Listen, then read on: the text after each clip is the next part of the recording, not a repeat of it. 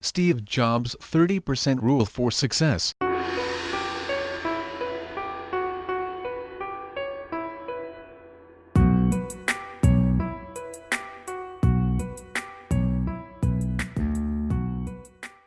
Steve Jobs used this simple rule of success to reinvent Apple when the company was on the ropes. It took extreme guts but also brought Apple out of the brink of bankruptcy. It was 1997, and Apple was up against the ropes. When company leadership made the decision to acquire Next and bring Steve Jobs back after ousting him from Apple 12 years prior, they were throwing a Hail Mary.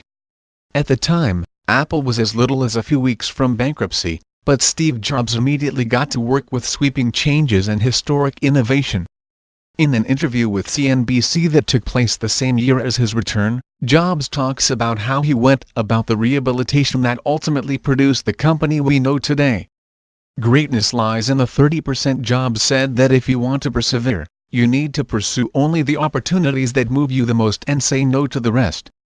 It's difficult, but the results are worth it.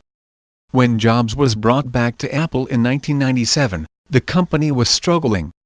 It only turned a corner when he axed 70% of the pretty good projects to focus on the 30% that were incredible. Of the many important business lessons Jobs shared over the course of his life, his ability to let go of certain projects and focus was likely what allowed him to achieve his goals and change the world. If you want to find success in your own endeavors, you should follow this model and learn how to say no. You may be surprised what you can accomplish when you do.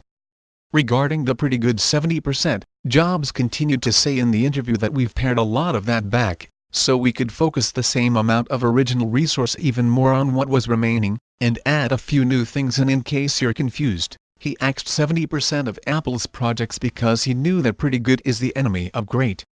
With 100% of the former budget for innovation going toward the 30% of incredibly good projects, those initiatives could reach their full potential instead of being dragged down by the weight of the pretty good ones. Figuring out focus. It doesn't take much more than a cursory examination to reveal that Jobs was a fan of focus, of shutting out the noise and devoting time and energy to the endeavors that mattered the most. In fact, it was the blueprint for his entire approach to innovation. In his own words, he points out that people think focus means saying yes to the thing you've got to focus on. But that's not what it means at all.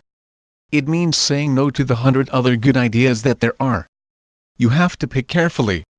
I'm actually as proud of the things we have not done as the things I have done. And he should be proud.